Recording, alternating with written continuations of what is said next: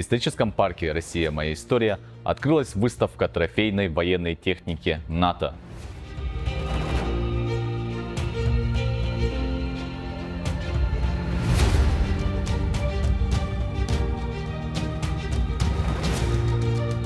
Кроме этого, 4 ноября в стенах исторического парка «Россия. Моя история» открывается уникальная выставка «Память о подвиге», на которой выставлены уникальные фонды военно-исторического музея Дома офицеров Восточного военного округа.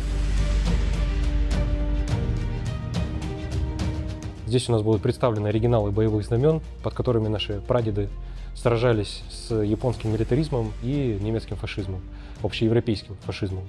Тут будут представлены уникальные образцы вооружения времен Великой Отечественной войны, какие-то предметы личного обмундирования, образцы нацистских, японских флагов, знамен, средства связи и другие предметы.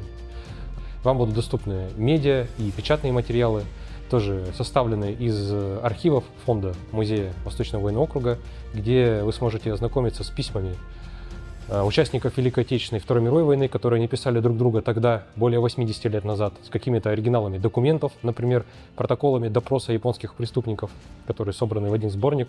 Можно будет почитать о том, с каким чудовищным цинизмом и варварской жестокостью японцы проводили эксперименты над людьми и готовили про расширение и продолжение мировой войны, в том числе с применением бактериологического оружия.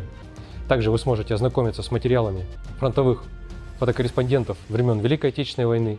Помимо выставки «Память о подвиге», также мы сюда привезли выставки, посвященные специальной военной операции.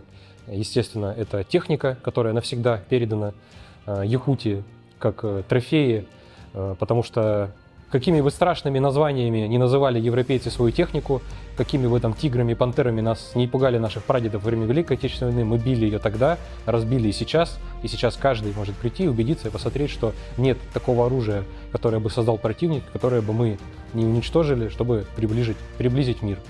Здесь будут представлены материалы, фотовыставка современных фотокорреспондентов и фотографов из СВО. Это фотовыставка Ирины Ким, это выставка Авдеева Александра, командира минометного взвода, когда он делал эти фотографии. Выставка картин Артема Журавлева, это штурмовика, военнослужащего 39-й бригады. Выставка фотокорреспондента Эдуарда Самылина, тоже военнослужащего, фотокорреспондента 5-й армии.